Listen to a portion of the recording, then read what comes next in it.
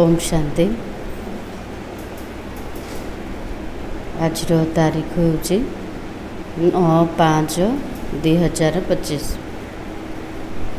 बाबा कहते मीठे बच्चे, तुम्हें नशा रहना चाहिए कि जिस शिव की सभी पूजा करते हैं वह अभी हमारा बाप बना है। हम उनके सम्मुख बैठे हैं। कितने बड़ नशा, कितने नशा चढ़ो। शुणा समय जदि स्मृति रुचे यही समय आम पाठ पढ़ापी बस भगवान आमर शिक्षक होती, किंतु समस्ते दुनिया रे कौन करते, पूजा करते, आराधना करते, प्रार्थना करते। तेणु सबु बेले नशा रहू। आमे जहाँ को डाकुले, जार आह्वान करते, जार पूजा करते, एबे मोर से बापा हो गले, शिक्षक हो गले, से मते पाठ पढ़ापी आसछन्ते। एबे से मोर सम्मुखर अछन्ते। प्रश्न है, मनुष्य भगवान से क्षमा क्यों मांगते हैं? क्या उन्हें क्षमा मिलती है? मनुष्य माने भगवान को क्षमा मागुचंदे। कौन पे आ तांको क्षमा मिलुची कि? क्षमा मागिले मिलुची? हाँ ना ना मिलुनी। उत्तर, मनुष्य समझते हैं हमने जो पाप कर्म किए हैं उसकी सजा भगवान धर्मराज से दिलाएंगे, इसलिए क्षमा मांगते हैं। मनुष्य माने भावुचंदी जे आमे जहाँ पाप कर्म करिचु तार सजा तार दंड भगवान धर्मराज द्वारा देवे, ସେଥିପାଇଁ क्षमा मागुचंदे। लेकिन उन्हें अपने कर्मों की सजा कर्म भोग के रूप में भोगनी ही पड़ती है। कर्म हो गला तार फल तो मिलिब ही मिलिब। तो ये बाबा कहते कर्मर दंड कर्म भोग रूप में भोगिया पड़ो। कर्म भोग कौन? शारीरिक बीमारी, गुप्त हो कि प्रत्यक्ष हो, भगवान उन्हें कोई दवाई नहीं देता। भगवान कौन मेडिसिन देवे? गर्भ जेल में भी सजाएं भोगनी है। प्रथम रे जहाँ भूल कर्म करछन्ते तार दंड कर्म भोग रूप में मिलुचे। द्वितीय रे आत्मा गर्भ जेल रे दंड भोगुचे। साक्षात्कार होता है कि तुमने यह किया है। प्रत्येक कर्मर साक्षात्कार हम तापर आत्मा को सजा मिलेब। ईश्वरीय डायरेक्शन पर नहीं चले इसलिए यह सजा है। हम तो बाबार संतान हो गले, जदि ईश्वरीय श्रीमत अनुसार चलू ना, ईश्वरीय मर्यादा अनुसार चलू ना, ईश्वरंकर डायरेक्शन अनुसार चलिलेनी तेबे सजा मिलिब। बिना साक्षात्कार नहीं। बाबा प्रथमे कर्मर साक्षात्कार करेंगे तापर सजा मिलिब। तेणु बाबा कहते कर्म प्रति सावधान हो। गीत है, तूने रात गवाई सो के। ओम शांति। यह किसने कहा? के कहले? रूहानी बाप ने कहा। वह ही ऊंचे ते ऊंच, सभी मनुष्य से भी, सभी आत्माओं से भी ऊंचा है। बाबा सबुठार ऊंचा, सबु मनुष्य मानक ठार भी ऊंचा, सबु आत्मा मानक ठार भी ऊंचा। बाबा होचन सर्वोच्च सत्ता।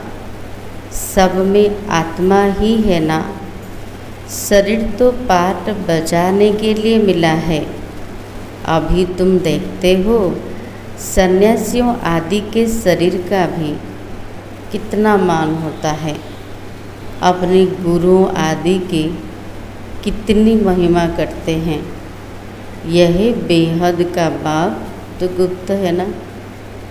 सन्यासी मानकर गुरु मानकर केते सम्मान रखुଛନ୍ତି, किंतु शिव बाबा होचंदे बेहदर पिता जी की गुप्त अटंदे। आमे खाली आखिरे देखी पारछन। तुम समझते हो शिव बाबा ऊंचे ते ऊंच है, उनसे ऊंच कोई है नहीं। आमे बुझीगले जानीगले जे शिव बाबा होचंदे सबुठार ऊंचा। धर्मराज भी उनके साथ है, क्योंकि भक्ति मार्ग में क्षमा मांगते हैं, हे भगवान क्षमा करना।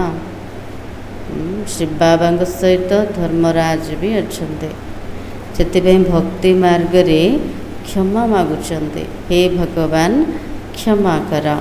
अब भगवान क्या करेंगे? यदि क्षमा मागिले भगवान कौन करेंगे? क्षमा कर देवे। यहाँ गवर्नमेंट तो जेल में डालेगी।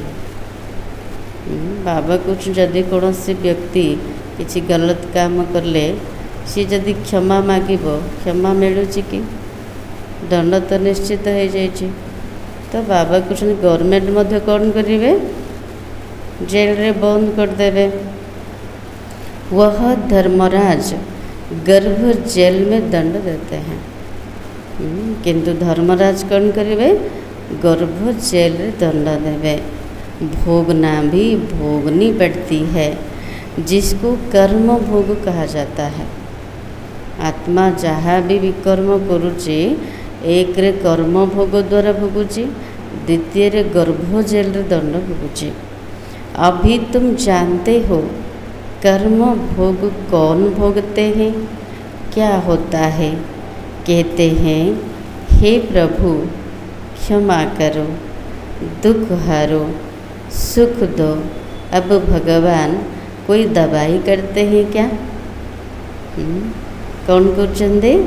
हे प्रभु क्षमा कर, दुख हर, सुख दियो।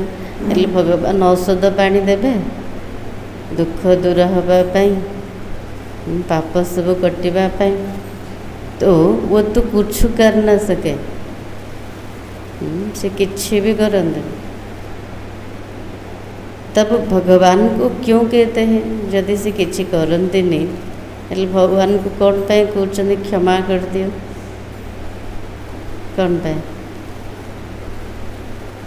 क्योंकि भगवान के साथ फिर धर्मराज भी है। बुरा काम करने से जरूर भोगना पड़ता है। शिव बाबा को साथ रे किए छंदे धर्मराज। जदि किसी खराब कर्म होचे, विकर्म हो गला, तार फल तो भोगवा को पड़ेगा। गर्भ जेल में सजा भी मिलती है। गोटे हूँ कर्म भोग, शारीरिक बीमारी आदि हम। द्वितीय रे गर्भ जेल रे आत्मा सजा काटिब। साक्षात्कार सब होता है। प्रत्येक कर्मर साक्षात्कार करेंगे, तापर दंड निश्चित हब। बिगर साक्षात्कार सजा नहीं मिलते। एमितिरे दंड मिलबनी। सबु कर्मर साक्षात्कार हब, तापर दंड मिलिब। गर्भ जेल में तो कोई दवाई आदि नहीं है, वहाँ सजा भोगना पड़ती है। केते भी कहू मत क्षमा कर दियो, किंतु सेठी तक दंड मिलवा निश्चित। जब दुखी होते हैं तब कहते हैं, भगवान इसी जेल से निकालो। अभी तुम बच्चे किसके सामने बैठे हो? बाबा नशा चढ़ाऊँ क्या सामने रे बसुँच? शुणी शुणी जदि स्मृति रहा भगवान को सामने रे बस। हाँ, जहाँ समस्ते डाकुन सी मो सामने बस, तेज नशा चढ़। तो बाबा पचार आउे क्या सामने बस? केवल बाबा। ऊंचते ऊंच बाप है परंतु हे गुप्त देखा जाऊना से नशा चढ़ुन सबुठू ऊंचा किंतु गुप्त। और सभी के तो शरीर देखने में आते हैं, यहाँ से बाबा को तो अपना हाथ पाँव आदि है नहीं। समस्त शरीर आम देखिपुं किंतु शिव बाबा तो गुप्त अटंती, हाथ पाद आदि किछि भी नहीं। फूल आदि भी कौन लेंगे? शिव बाबा ब्रह्मा को शरीर में बसी किए चिन्ह ना हेल्ले फूल आदि नेबे किए नेबे? जदि किए फूल देबे फूल माल देबे किए नेबे? इनके हाथ से ही लेना होगा अगर चाहे तो। यदि बाबा चाहिए तो ब्रह्मा को द्वारा नहीं पारे, परंतु कोई से भी लेते नहीं हैं। ब्रह्मा बाबा भी साकार कट जाऊले फूल माल फूल एसब स्वीकार कर फूल माल क्या दि जाए? देवी देवता मान को। मु तो देवता नुह, मु तो पतित ही पावन है ही नहीं। जैसे वह शंकराचार्य कहते हैं हमको कोई छुए नहीं, तो बाबा कहते हम पतितों का कुछ भी कैसे लेंगे? जब शंकराचार्य कौन कहते मत किए भी छुअंतु, शिव बाबा तो सदा पावन अटंती, पतित आत्मा को ठारू केमती स्वीकार करेंगे? तो बाबा कहते हमको फूल आदि की दरकार नहीं है। बाबा कहते से फूल आदि मत किसी भी दरकार नहीं, कि मोर पिला माने सब फूल समान हो जातु। भक्ति मार्ग में सोमनाथ आदि के मंदिर बनते हैं, फूल चढ़ाते हैं, परंतु मुझे तो शरीर है नहीं। भक्ति मार्ग सब कौन करते? सोमनाथ मंदिर तैयारी कर फूल चढ़ाऊँच, कि बाबा कुछ मोर तो शरीर ही नहीं। आत्मा को कोई छुएगा कैसे? शिव बाबा तो गोटे आत्मा ना परमात्मा, हेल्ले आत्मा को किए छुई पार कि? छुई पारनी। परंतु कहते हैं हम पतितों से फूल कैसे लेवे? कोई हाथ भी नहीं लगा सकते। बाबा कुछ तुम कौन सी पतित आत्मा ठारू स्वीकार करूनी किए हाथ लगे पारे? आत्मा को कोई छुएगा कैसे? पतितों को छूने भी ना दे। आज बाबा कहते कल फिर जाकर नरकवासी बनते, ऐसे के तो देखे भी नहीं। आज बाबा बाबा कहते पुणी जाकि नरकवासी हे विकारग्रस्त हो। बाबा कहले एमती आत्मा को तो मैं देखू ही नहीं। बाबा कहते मैं तो ऊंचते ऊंच हूँ। इन सब सन्यासियों आदि का भी ड्रामा अनुसार उद्धार करना है। सन्यासी मानकर मत उद्धार करिया वाला शिव बाबा, कि से चिन्ह ना जानी ना, मुझे कोई जानता ही नहीं।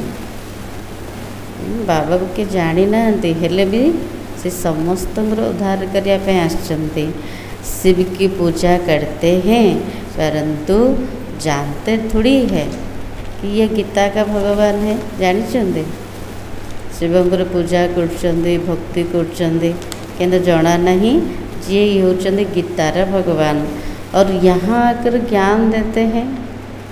शिव होचंदे गीता ज्ञान दाता, से आसिक ये हमको ज्ञान दौरान। गीता में श्री कृष्ण का नाम डाल दिया है। श्री कृष्ण ने ज्ञान दिया, बाकी शिव क्या करते होंगे? गीता रे श्री कृष्ण का नाम रखिदेले। श्रीकृष्ण जदि ज्ञान देले, बाकी शिव आसी कौन करते? तो मनुष्य समझते हैं वो आते ही नहीं। कौन भावुंट शिव आसु ही ना। अरे पतित पावन श्री कृष्ण को थोड़ी कहेंगे, पतित पावन तो मुझे कहते हैं। पतित पावन का कहले शिव बाबा को।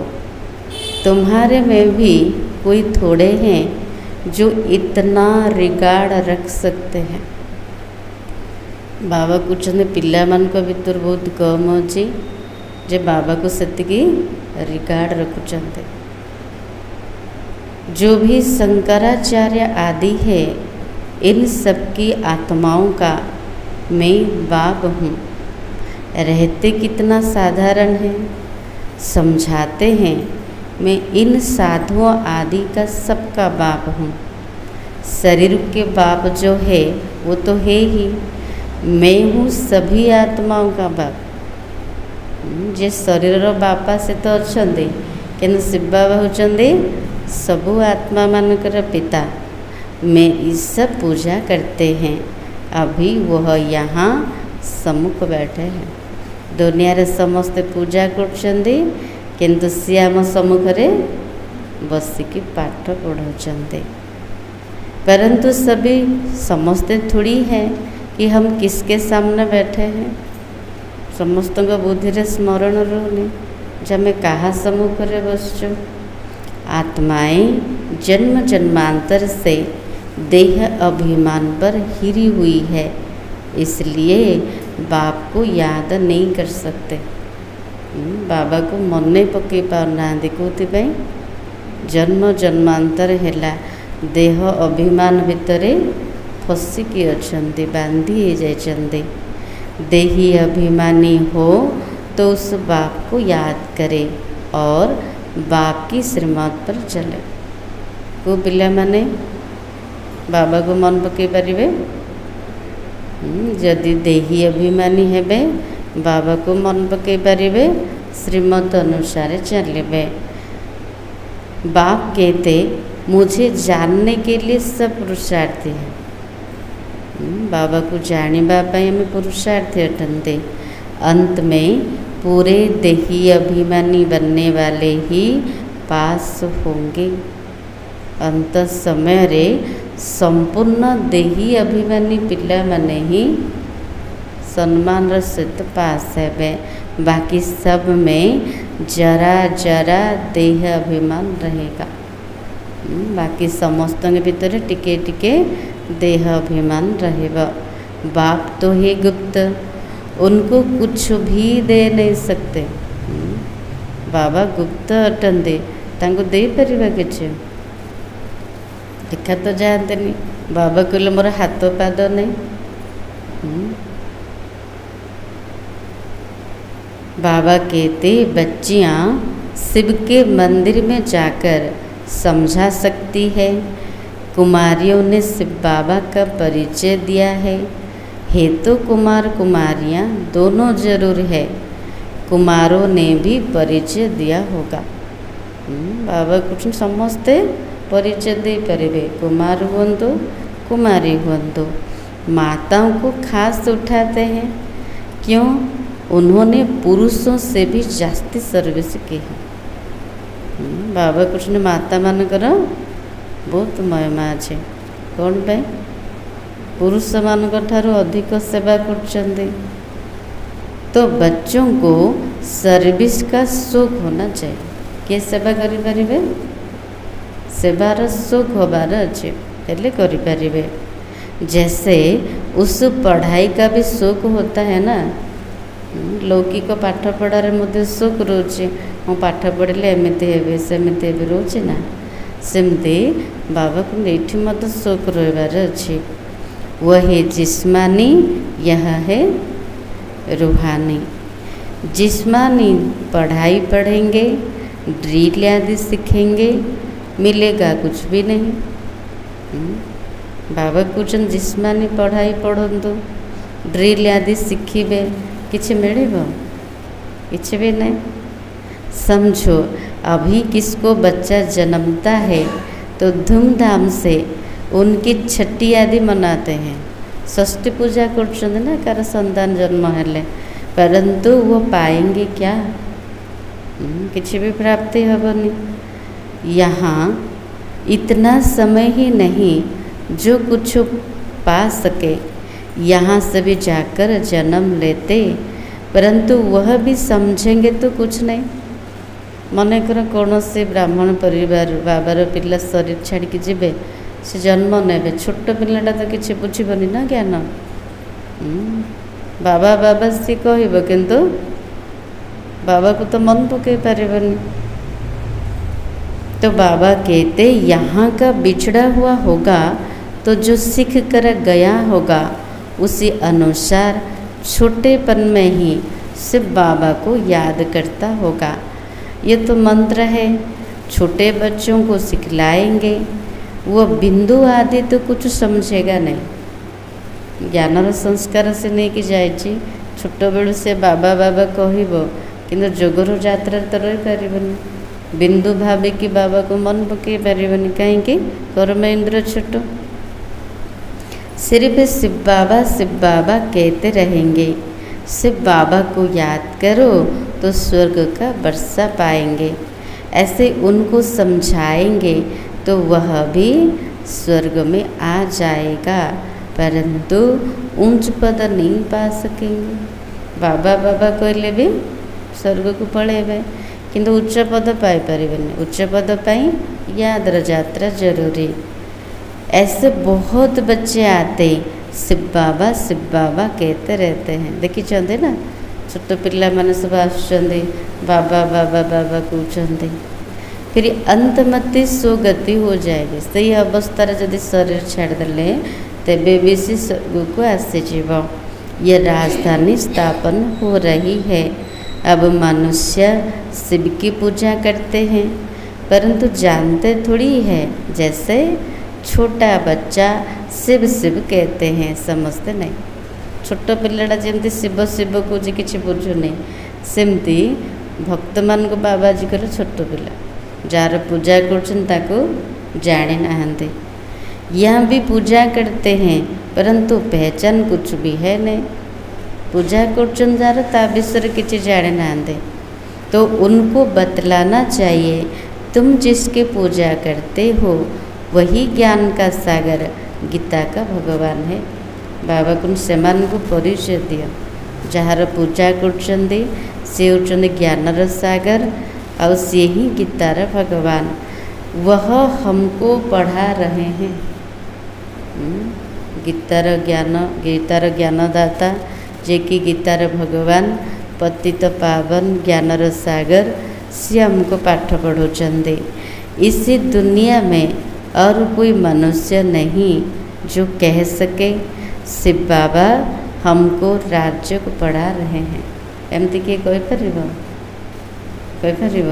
शिव बाबा हमको पाठ पढ़ाउछंदी, राजयोग को सिखाउछंदी। ये सिर्फ तुम जानते हो, सो भी भूल जाते हो। बाबा को पिला माने जानुछंदी पुणी भूली जाउछंदी। भगवान उवाच मैं तुमको राज्य को सिखाता हूँ। किसने कहा? भगवान उवाच काम महाशत्रु है, इस पर जित पहनो। काम होच महाशत्रु, ता पर विजय प्राप्त कर। पुरानी दुनिया का संन्यास करो। वह है शंकराचार्य, यह है शिवाचार्य। यह हमको सिखलाते हैं। श्री कृष्ण आचार्य नहीं कह सकते, वो तो छोटा बच्चा है। सतयुग में ज्ञान की दरकार नहीं रहती। ज्ञान मिलगला सद्गति हो गला, आउ दरकार नहीं। सत्ययुग सब सद्गति थे, सेठी ज्ञानर आवश्यक नहीं। जहाँ जहाँ शिव के मंदिर है वहाँ तुम बच्चे बहुत अच्छी सेवा कर सकते हो। बाबा को जोड़ी जोड़ी शिव मंदिर अच्छी सीढ़ी जाकि सेवा कर पारिब। शिव के मंदिरों में जाओ, माताओं को जाना अच्छा है, कन्या जाए तो उससे अच्छा है। के जाए कि बुझेबे खेजीबे। बाबा कृष्ण माता मैंने गले भल, ताठू अधिक भल कन्या माने गले। अभी तो हमको बाबा से राज्य भाग्य लेना है। बाप हमको पढ़ाते हैं, फिर हम महाराजा महारानी बनेंगे। भगवान मत पाठ पढ़ाउछंदी कौन हवा? महाराजा महारानी। ऊंच ते ऊंच बाप है, ऐसी शिक्षा कोई मनुष्य दे न सके। यह है ही कलयुग। सतयुग में था इनका राज्य, यह राजा रानी कैसे बने, किसने राज्य को सिखलाया। सतयुग में था इनका राज्य, जो सतयुग के मालिक बने।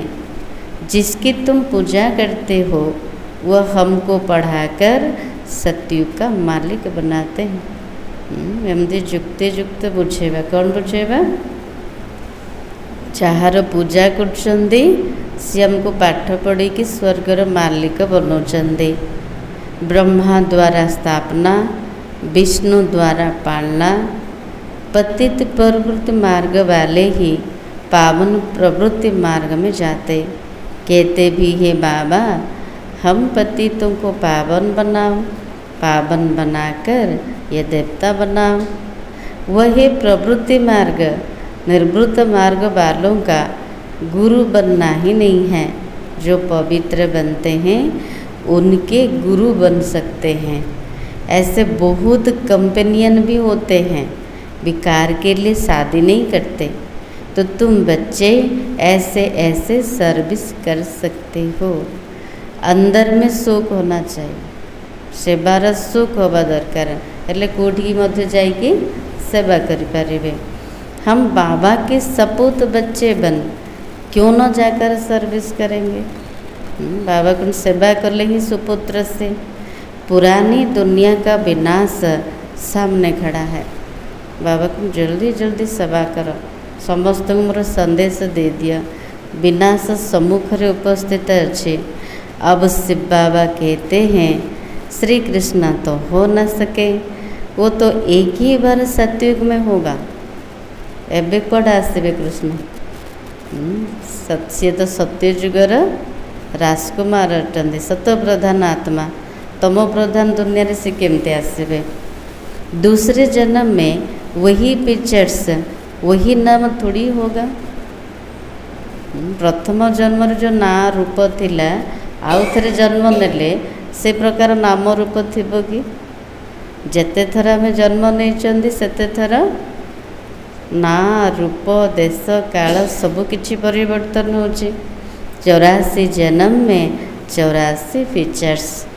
श्री कृष्ण यह ज्ञान किसी को सिखला न सके, वह श्री कृष्ण कैसे यहाँ आएंगे? अभी तुम इन बातों को समझते हो। आधा कल्प अच्छे जन्म होते, फिर रावण राज्य शुरू होता है। अधा कल्प पूरा आराम थे, पूरा हसी खेड़ी गायकी थे ना, किसी भी मेहनत ना, एकदम खुशी रे नाचुले। अधा कल्प बीतला परे रावण राज्य आरंभ है। मनुष्य हुबहू जैसे जानवर विशल बन जाते। जो माने मंदिर योग्य थे देवता थे तो से माने पुनर्जन्म चक्र रे आसिकी बंदर समान हो गले। तो बाबा कहते एक दो में लड़ते झगड़ते रहते हैं। तो रावण का जन्म हुआ ना, बाकी 84 लाख जन्म तो है नहीं। इतनी वैरायटी है, जन्म थोड़ी इतने लेते। तो यह बाबा बैठे समझाते। वही ऊंचे ते ऊंच भगवान जे हमको बुझाउछंदी से किए? ऊंचारो ऊंचा भगवान, सब ठारो ऊंचा। वह पढ़ाते हैं। नेक्स्ट में फिर यह भी तो है ना कि पाठ पढ़ाउछंदी शिव बाबा। सेकेंडरी किए अछंदी ब्रह्मा बाबा। नहीं पढ़ेंगे तो किसी के पास जाकर दास दासियाँ बनेंगे। बाबा कुछ भल भाव पाठ पढ़, राजा राणी हुआ। जदि पाठ पढ़बनी तबे कहार जाकि दास दासी हब। बाप तो समझाते, पढ़ते नहीं हो, जाकर सतयुग में दास दासियाँ बनेंगे। जो कुछ भी सर्विस नहीं करते, खाया पिया सोया, वह क्या बनेंगे? बाबा कुछ सेवा करो। जब सेवा कर लेनी, खाइले पीले सोइले, बाबा कुछ कौन बनेब? खुद भी समझते हैं ऐसे हम बनेंगे, परंतु फिर भी शर्म कहाँ है? किसी भी करना बाबा कुछ शर्म भी लगुनी। हम अपनी उन्नति कर कुछ पा लेवे, किए कौन कला किसी को से कौन जाऊँचे बाबा को निजर कल्याण कर निजर उन्नति कर समस्ते ही नहीं निजर केमती उन्नति करेंगे मोर केमती कल्याण हम एतिकी मध्य बुझुना तो बाबा कहते ऐसे मत समझो यह ब्रह्मा कहते हमेशा समझो शिव बाबा कहते हैं बाबा बार बार पक्का करोचंदी किए बुझोचंदी शिव बाबा को तो रिगाड़ रखना है। भगवान जदि पाठ पढ़ौचंदी बाबा को सम्मान रख जदि सी पाठ पढ़ौचंदी भावुचंदी एतिकी तबे पढ़ाई मिस करें। उनके साथ फिर धर्मराज भी है बाबार सम्मान रखा अर्थ कौटा बाबा जहाँ शिक्षा दौरान बाबा जो श्रीमत दौरान से अनुसार चलेगा नहीं तो धर्मराज के डंडे भी बहुत खाएंगे। शिव बाबा सहित धर्मराज अच्छा जदि आमर कर्म बुरा है उल्टा कर्म है तेबे तार सजा धर्मराज द्वारा मिलेगा।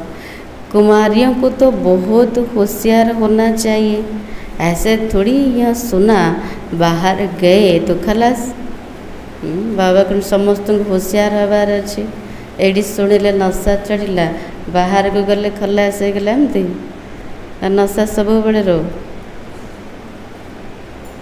भक्ति मार्ग की कितनी सामग्री है अब बाबा कहते विष छोड़ो स्वर्गवासी बनो ऐसे ऐसे स्लोगान बनाओ बुझापी बाबा को स्लोगान तैयारी कर बहादुर शेरनिया बनो केमती बनबार अच्छे बहादुर शेरनिया बेहद का भाव मिला है फिर क्या करवा किसी चिंता अच्छा जमुना बणी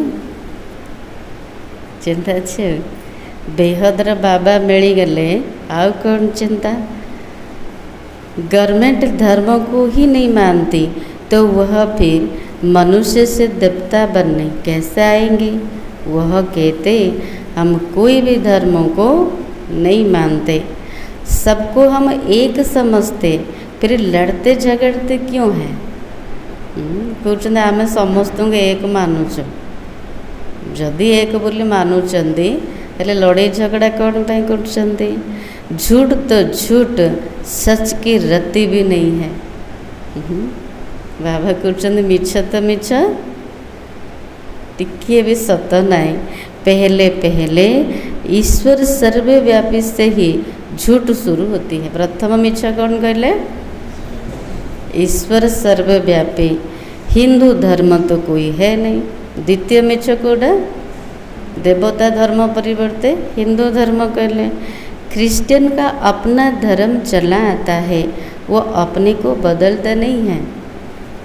समस्त धर्म गोटे ही चलिके आसे बाकी को मान बदली गले जोड़ा कि मुख्य धर्म थिला आदि सनातन देवी देवता धर्म ता परिवर्ते कौन कहले हिंदू बोली कहले। प्रत्येक दिन पूजा कर इष्ट देव इष्ट देवी रूप में पूजा कर देवी देवता माने आमर इष्ट अटंती हेले से धर्मर बोली मानुना आमे तांकर वंश बोली मानुना।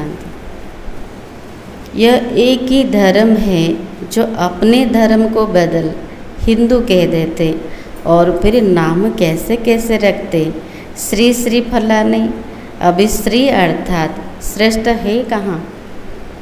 बाबा कुछ श्री तो अर्थ हो श्रेष्ठ जो माने देवी देवता पवित्र अटंती एले एबे किए पवित्र अटंती अच्छंती। श्रीमत भी किसी की नहीं है ये तो उन्हों की आयरन एजेड मत है।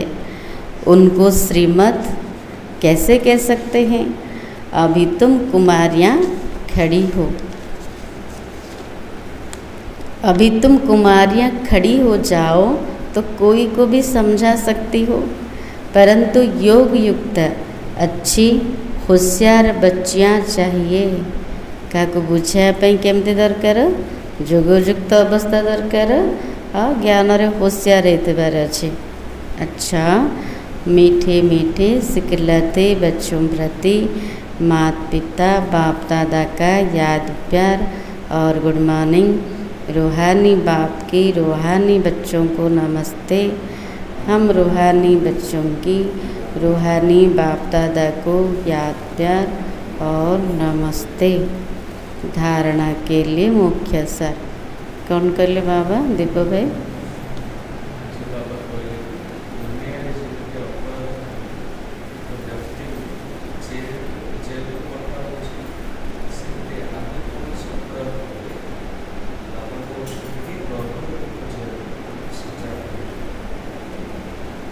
कौन कहले? नलिनी माता जी।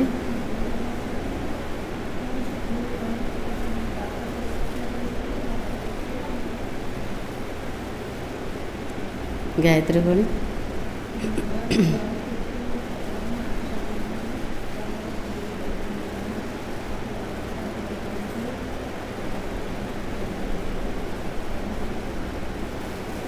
जमुना भणी।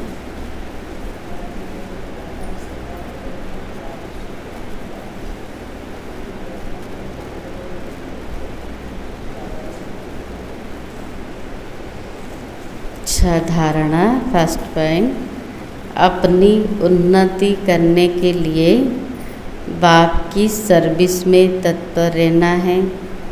सिर्फ खाना पीना सोना यह पद गवाना है।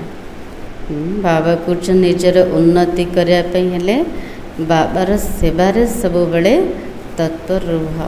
सेवा बिना जीवन नहीं। सेकेंड पॉइंट, बाप का और पढ़ाई का रिगार्ड रखना है। कार सम्मान रखा? बाबार सम्मान रखा। बाबा जहाँ पाठ पढ़ाऊँ जहाँ शिक्षा दौरान तार सम्मान रखा। देही अभिमानी बनने का पूरा पूरा पुरुषार्थ करना है। आ दिन सारा पुरुषार्थ कौन रहू? देही अभिमानी हमारा। बाप की शिक्षाओं को धारण कर सपूत बच्चा बनना है। बाबा जहाँ प्रत्येक दिन शिक्षा दौरान ताकू धारण करवा भल रूपरे तेज सुपुत्र हो पारिबा। वरदान, सेवा करते उपराम स्थिति में रहने वाले योग युक्त युक्ति युक्त सेवाधारी भव। कौन आशीर्वाद देले बाबा? योग युक्त युक्ति युक्त सेवाधारी हो। जो योग युक्त युक्ति युक्त सेवाधारी है वो सेवा करते भी सदा उपराम रहते हैं। आम को प्रकार सेवाधारी? योग युक्त युक्ति युक्त। बाबा कुछ जो पिला माने योग युक्त युक्ति युक्त सेवाधारी से माने सेवा कले भी सब बड़े उपराम रहे। सब बड़े स्थिति उपराम रहिबो। ऐसे नहीं सेवा ज़्यादा है इसलिए अशरीरी नहीं बन सकते। कहना सेवा बेसी थिला तेणु स्थिति हेलानी। बाबा को एमती भी नहीं सेवा बेसी अच्छी से मु अशरीरी हो पारलिनी। लेकिन याद रहे कि मेरी सेवा नहीं बाप ने दी है तो निर्बंधन रहेंगे।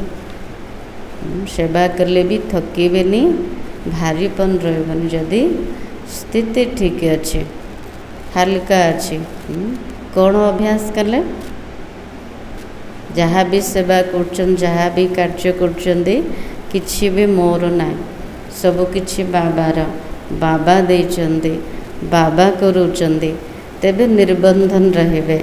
ट्रस्टी हूँ, बंधन मुक्त हूँ, ऐसी प्रैक्टिस करो।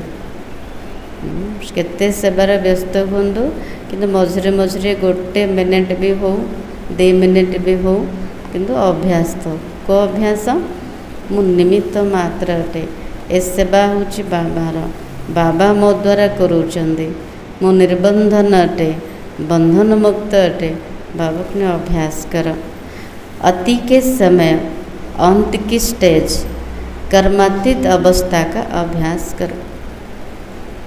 एबे अतिर समय चलছে ना। अति समय रे अंतिम स्थिति कर्मातीत अवस्थार अभ्यास कर। जैसे बीच बीच में संकल्पों की ट्रैफिक को कंट्रोल करते हो, ऐसे अति के समय अंत की स्टेज का अनुभव करो। जमती ट्रैफिक कंट्रोल बाजुच ना मझे मझे संकल्पर ट्रैफिक करमिति अतिर समय रे अंतिम स्थितिर अनुभव कर, तब अंत के समय पास विथ ऑनर बन सकेंगे। यदि अतिर समय रे अंतिम स्थितिर अनुभव कले तेबे अंत समय रे शेष समय रे सम्मान सहित पास हो पारे। स्लोगन सुभावना कारण को निवारण में परिवर्तन कर देती है।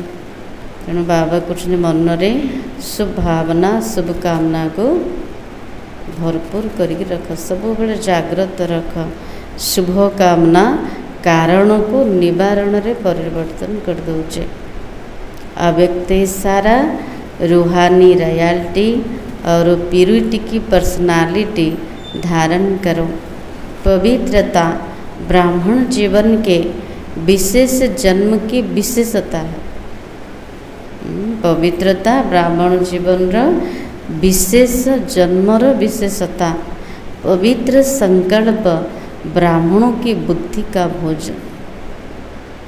तेणु बाबा को निज को सेतिकी ध्यान रख, मोर मन जमते मैला न हो, बुद्धि जमते अशुद्ध न हो। तेणु बाबा कुछ पवित्र संकल्प जते करवा, शुद्ध संकल्प करवा, तेबे आमर गोटे गोटे संकल्प शक्तिर जागृत होचे। भल संकल्प कले भल, खराब संकल्प कले खराब। किंतु पवित्र संकल्प बुद्धिर भोजन, ब्रेन को आमर ठीक रखिब, मन को ठीक रखिब।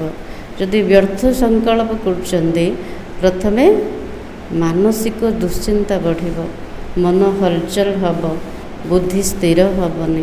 तेणु बाबा को सेतिकी ध्यान रख। पवित्र संकल्प ब्राह्मण मानकर बुद्धिर भोजन अटे। पवित्र दृष्टि ब्राह्मणों के आँखों की रोशनी है। तेणु बाबा को चेक कर मो बुद्धि को प्रकार भोजन दूची। आ पवित्र दृष्टि जोटा आत्मिक दृष्टि ब्राह्मण मानकर आखिर रोशनी आटे।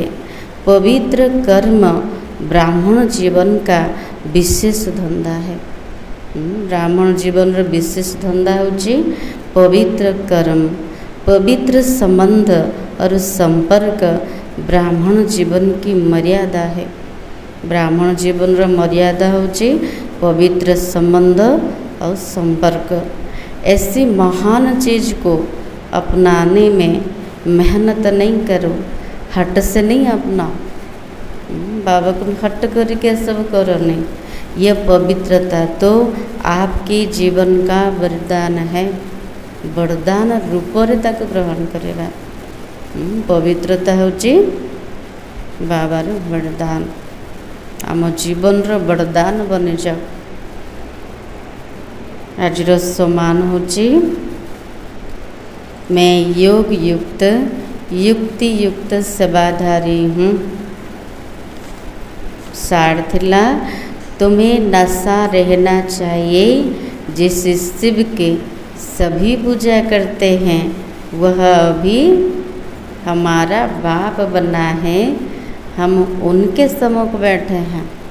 जते जते स्मृति रहिबो सेतिके नशा चढ़ेब। शुणा समय रे जाको समस्ते पूजा करते सी मोर बापा हो गले, आमे ताको सम्मुख रे बसचु। अच्छा, ओम शांति।